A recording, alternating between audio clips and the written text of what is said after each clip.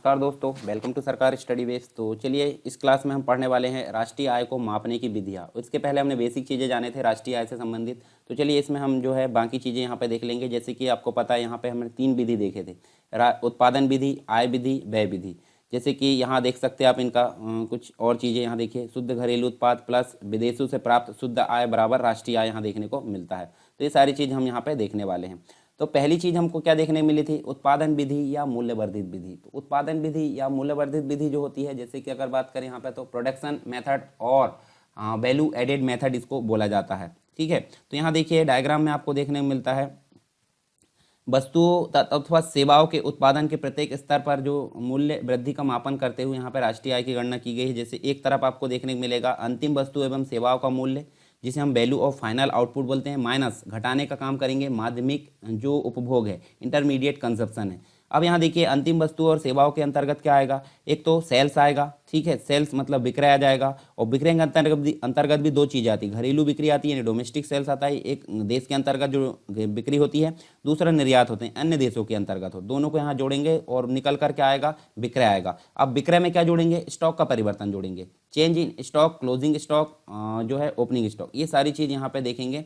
तो ये देखें, ये सभी यहाँ पे जोड़ करके आ जाएगा, अंतिम वस्तु एवं सेवाओं का मूल्य निकल कर आ जाएगा। इन सभी में घटाने का काम करेंगे माध्यमिक उपभोग का, यानी कि इंटरमीडिएट कंजप्शन का। तो इसमें कौन कौन सी चीज़ आती है, घरेलू उपभोग आता है जिसे डोमेस्टिक कंजप्शन बोलते हैं, और दूसरा होता है आयात यानी इंपोर्ट्स आता है। दोनों चीज़ें जुड़ जाएगी तो माध्यमिक उपभोग निकलेगा, और टोटल घटाने का काम करेंगे अंतिम वस्तु एवं सेवाओं का मूल्य। तो चलिए यहाँ पे स्टेप्स हम देख लेते हैं कि जो मूल्य यानी कि उत्पादन विधि है या मूल्यवर्धित विधि है, उसमें हम कैसे स्टेप्स को फॉलो करेंगे, तब हमारी जो है राष्ट्रीय आय की गणना यहाँ पे हो पाएगी। तो देखिए यहाँ पे पहली स्टेप देखने को मिलती है मूल्य समृद्धि। मूल्य समृद्धि यानी कि जो वैल्यू एडेड जो है मूल्यवर्धित जिसे हम बोलते हैं, तो उसमें वो कैसे निकल कर आएगी। तो अंतिम उत्पाद का जो मूल्य है उसमें हम माध्यमिक उपभोग का घटा देंगे तो ये निकल कर आ जाएगा वैल्यू एडेड। दूसरी स्टेप्स क्या होगी, मूल्य समृद्धि जो है, देखिए सकल मूल्य वृद्धि यानी बाजार मूल्यों पर माइनस करेंगे किसको, सकल घरेलू उत्पाद यानी बाजार मूल्यों पर, इसको घटाएंगे तो यहाँ पे वैल्यू एडेड निकल कर आ जाएगा, यानी कि मूल्य समृद्धि निकल कर आएगी। तीसरा होता है सकल घरेलू उत्पाद। ये देखिए सकल घरेलू उत्पाद, इसमें घटाएंगे हम क्या, बाजार मूल्य पर मूल्य ह्रास को घटाएंगे, यानी कि जो डेप्रिसिएशन होता है उसको घटाएंगे। ठीक है, विदेशों से अर्जित आय को यहाँ पे जोड़ देंगे, फिर घटाएंगे क्या, निवल अप्रत्यक्ष कर। बाद में निकल कर आ जाएगा क्या, यहाँ देखिए निवल राष्ट्रीय उत्पाद, या फिर हम बोल सकते हैं देखिए यहाँ पे जो इसके आगे निकल कर आए तो राष्ट्रीय आय देखने को मिलती है। तो ये सारी चीज़ हमको देखने को मिलती है किसके अंतर्गत, उत्पादन विधि के अंतर्गत। तो देखिए इसके अंतर्गत हम चीज़ें देखेंगे तो उत्पादन विधि यानी प्रोडक्शन और वैल्यू एडेड मेथड इसको बोला जाता है। और जैसे कि आपको पता है यहाँ पे हम देखें तो साइमन कोऑर्डिनेट्स है, इनके द्वारा यहाँ पे विकास किया गया था राष्ट्रीय आय का, जो राष्ट्रीय आय लेखा प्रणाली उसका। तो इन्होंने इस विधि को वस्तु सेवा विधि के नाम से जाना है। किसको, उत्पादन विधि को। उत्पादन विधि को किस नाम से जाना है इन्होंने, वस्तु सेवा विधि। ठीक है, वस्तु सेवा विधि किसके द्वारा, साइमन कोऑर्डिनेट्स के द्वारा ये बोला गया है। इस पद्धति के अंतर्गत देश में एक वर्ष में उत्पादित अंतिम वस्तु तथा सेवाओं का शुद्ध मौद्रिक मूल्य ज्ञात किया जाता है तथा उसके योग को अंतिम उत्पाद यहाँ पे कहा जाता है, अंतिम उत्पाद योग यानी फाइनल प्रोडक्ट टोटल इसको कहा जाता है। और यहाँ सकल घरेलू उत्पाद यानी ग्रॉस डोमेस्टिक प्रोडक्ट उसको भी ये दर्शाता है। राष्ट्रीय आय वास्तव में क्या है, साधन लागत पर शुद्ध राष्ट्रीय उत्पाद है। जो राष्ट्रीय आय है वो क्या है, शुद्ध राष्ट्रीय उत्पाद है साधन लागत पर। और इसकी गणना के लिए सकल घरेलू उत्पाद के मूल्य में विदेशों से अर्जित जो शुद्ध राष्ट्रीय आय है, शुद्ध अर्जित जो आय है उसको जोड़ा जाता है तथा मूल्य ह्रास को घटाया जाता है। तो ये हमने देखे यहाँ पे डायग्राम के फॉर्म में। इसके अलावा मध्यवर्ती उपभोग, जो माध्यमिक उपभोग है उसकी अगर बात करें जो हमने देखें तो इसमें क्या होता है, गैर कारक आगत यानी कि नॉन फैक्टर जो इनपुट होता है उसके मूल्य से है। और ये सभी जो आगत होती है वो हमको यहाँ देखने को मिलती है माध्यमिक उपभोग के अंतर्गत। भूमि आता है, ठीक है, श्रम आता है। इसके अलावा देखें तो पूंजी यहाँ देखने को मिलती है, उद्यमी यानी कि जो उपभोग मतलब उद्योग को संचालित करता है। ये सारे कारक के अतिरिक्त यहाँ पे जो है देखिए भूमि, श्रम, पूंजी, उद्यमी, इनके अतिरिक्त यहाँ पे आय होती है उनको बोला जाता, आगतें होती हैं उनको बोला जाता है गैर कारक आगतें। तो ये सारी चीज़ हमको माध्यमिक उपभोग के अंतर्गत देखने को मिलती है। तो उत्पादन विधि के अंतर्गत हम देख सकते हैं हमने कैसे कैसे यहाँ पे जो है उसको जो है राष्ट्रीय आय को निकालने की यहाँ पे गणना की है। दूसरी जो विधि होती है वो हमारे सामने होती है राष्ट्रीय आय विधि। राष्ट्रीय आय विधि यानी कि इनकम मेथड, यहाँ आय विधि यानी कि आय मेथड इसको बोला जाता है, यानी कि इनकम मेथड बोला जाता है। तो इसके अंतर्गत इसको यहाँ हम देखें तो कैसे इसमें जो है काम किया जाता है। तो आय मेथड यहाँ देखिए इनकम मेथड जिसे हम बोलते हैं, तो यहाँ कर्मचारी की क्षतिपूर्ति, उसमें जोड़ेंगे परिचालन अधिशेष और साथ में मिश्रित आय। ये तीनों चीजें अगर जुड़ जाएगी तो यहाँ पे आय विधि निकल कर जाएगी। अब कौन कौन सी चीजें इसके अंतर्गत आती है, जैसे कर्मचारी क्षतिपूर्ति की अगर बात करें, वेतन या मजदूरी, उसके बाद देखिए प्रत्यक्ष और जो है नगद भुगतान यहाँ देखने को मिलता है, अन्य लाभ यानी कि वेजेस इन काइंड्स यहाँ देखने को मिलता है। साथ में देखें अप्रत्यक्ष आय, जैसे रहने के लिए घर, यातायात सुविधा और नियोक्ता द्वारा सामाजिक सुरक्षा योजना में सहयोग यहाँ दिया जाता है। तो यहाँ देखिए आपको जो है जो एनडीपी है, मतलब नेशनल जो डोमेस्टिक प्रोडक्ट होता है, ठीक है, यहाँ देखें तो साधन लागत पर जो निबल घरेलू उत्पाद है, तो यहाँ देखिए एनडीपी प्लस एनएफआईए बराबर एनएनपी, ठीक है, तो ये राष्ट्रीय आय निकल कर आती है, यानी साधन लागत पर निबल राष्ट्रीय आय। अब एनएफआईए का फुल फॉर्म क्या होता है, net factor income from abroad, विदेशों से अर्जित जो शुद्ध कारक आय है वो यहाँ पे एनएफआईए इसके नाम से जाना जाता है। दूसरी चीज परिचालन अधिशेष, परिचालन अधिशेष का मतलब ऑपरेटिंग सरप्लस, तो इसमें देखिए किराया आ जाता है, रेंट, रॉयल्टी, लाभ, प्रॉफिट, ये सारी चीज़ आ जाती है। अब लाभ में क्या क्या चीज़ आती है, निगम कर आ जाता है, लाभांश आ जाता है और प्रतिधारिता आ जाती है। तो निगम कर को कॉर्पोरेट टैक्स बोलते हैं, लाभांश को डिविडेंड बोलते हैं और प्रतिधारित को रिटेंड अर्निंग्स बोलते हैं। तो ये सारी चीज़ किसके अंतर्गत आ जाती है, परिचालन अधिशेष के अंतर्गत। मिश्रित आय में आप देखिए छोटे व्यापारों से होने वाली जो आय है वो देखने को मिलती है। तो इस मेथड के द्वारा हम जो है आय विधि के अंतर्गत राष्ट्रीय आय की गणना आसानी से कर सकते हैं। तो देखिए इस पद्धति की अगर बात करें तो इस पद्धति के अंतर्गत राष्ट्रीय आय की गणना के लिए विभिन्न क्षेत्रों में कार्यरत व्यक्तियों तथा जो व्यावसायिक उपक्रम है उसको शुद्ध मौद्रिक आय का योग प्राप्त होता है। और एक पर्सन है डॉक्टर बाउले तथा जो एक और पर्सन है रॉबर्टसन, डॉक्टर बाउले और रॉबर्टसन, इनके अनुसार आय गणना की जो विधि है उसके अंतर्गत आयकर देने वाले सभी व्यक्तियों की आय को जोड़ा जाता है और ऐसा करने के लिए कभी कभी देश में विभिन्न आय वर्गों के व्यक्तियों का चुनाव भी कर लिया जाता है तथा उनकी आय के आधार पर ही देश की कुल जो आय है उसका अनुमान भी लगाया जाता है। तो ये हो गई हमारी आय विधि।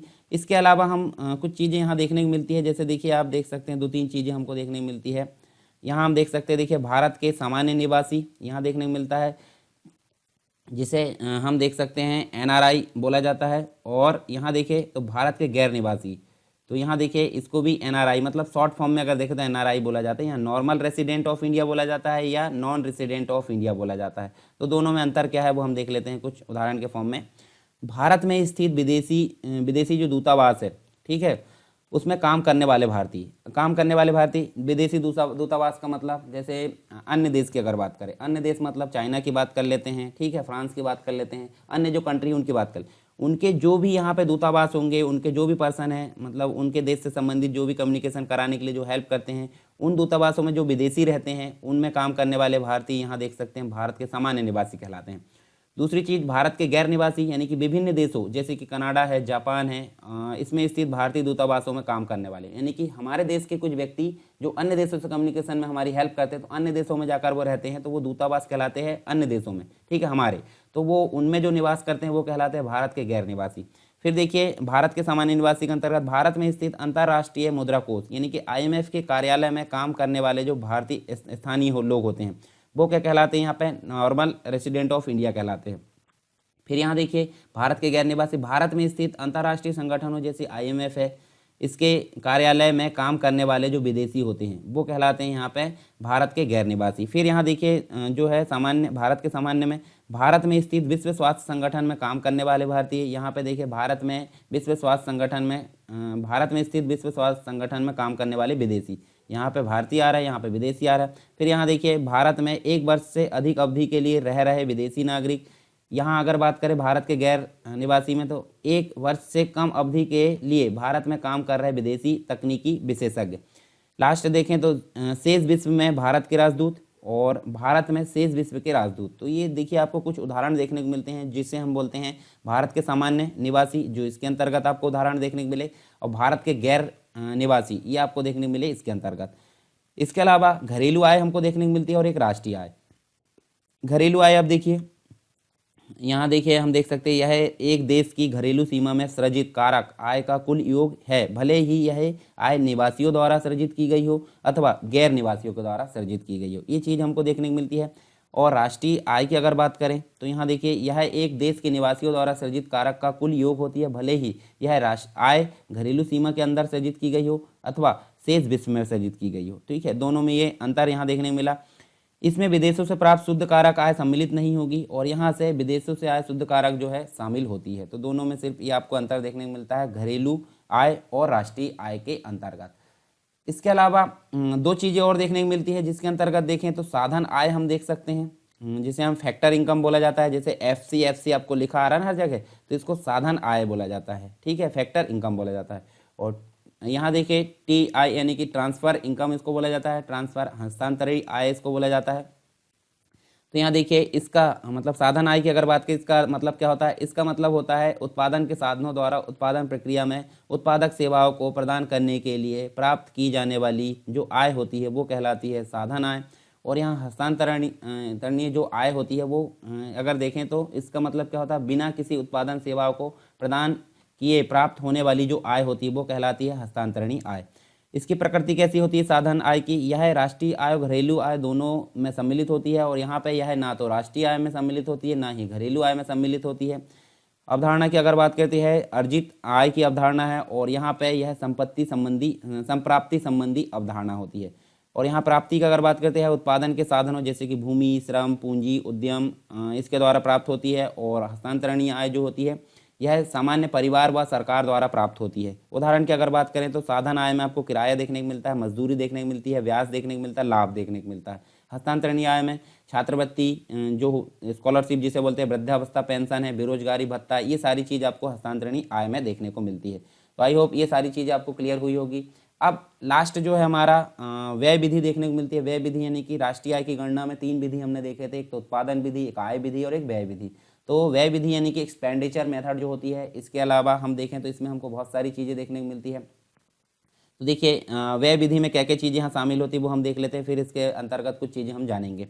जैसे यहाँ हमको देखिए व्यक्तिगत अंतिम जो उपभोग है वो व्यय देखने को मिलता है। यहाँ देखिए सरकारी अंतिम उपभोग व्यय देखने को मिलता है, सकल घरेलू पूंजी निर्माण देखने को मिलता है, निवल निर्यात देखने को मिलता है। ये सारी चीज़ यहाँ पे इसके अंतर्गत देखने को मिलता है। तो स्टेप्स क्या क्या होगी यानी कि इसकी जो चरण होंगे वो क्या क्या होंगे, तो सकल घरेलू उत्पाद जो कि बाजार मूल्य पर है, इसमें जोड़ेंगे व्यक्तिगत अंतिम उपभोग व्यय, उसमें जोड़ेंगे सरकारी अंतिम उपभोग व्यय, फिर बाद में सकल घरेलू पूंजी निर्माण जोड़ेंगे और बाद में हम जोड़ेंगे निवल निर्यात। तो ये सारी चीज़ यहाँ पे जोड़ेंगे तो ये सामने हमारे निकल कर आ जाएगा।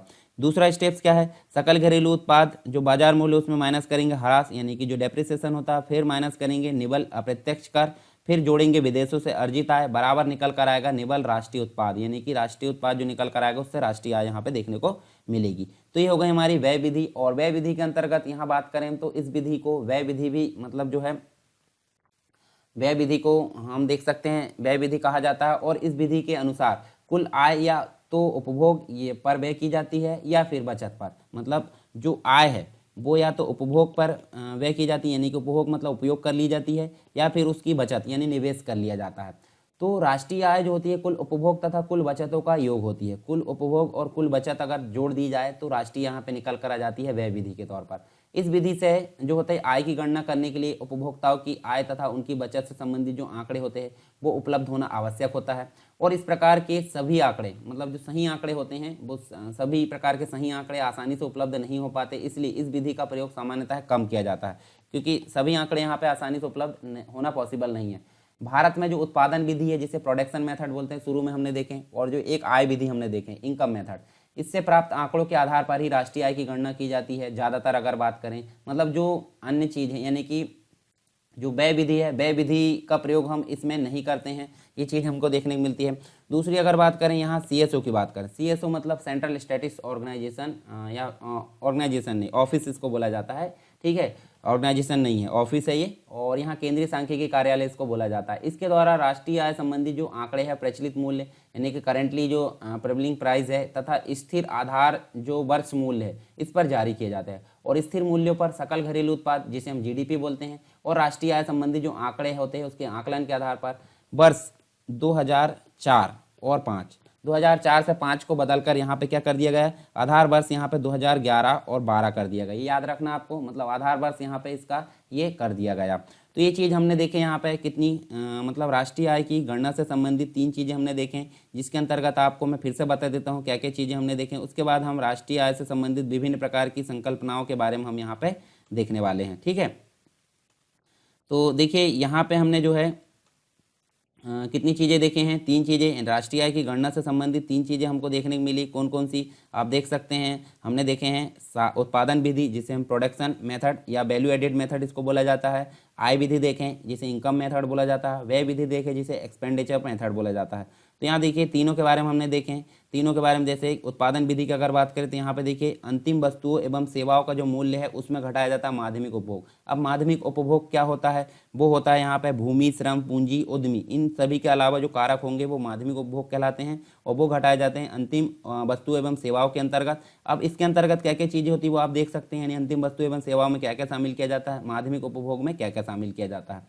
इसके बाद देखिए आय विधि हमने देखे, तो आय विधि में आप देख सकते हैं देखिए क्या क्या चीज़ें यहाँ पे जोड़ी जाती है, यानी कि कर्मचारी की क्षतिपूर्ति यहाँ पे देखने को मिलती है, कर्मचारी की क्षतिपूर्ति, साथ में हमने परिचालन अधिशेष देखे और मिश्रित आय। तो तीनों में हमने क्या क्या चीज़ें यहाँ पे जोड़े वो हम देख सकते हैं अलग अलग प्रकार से।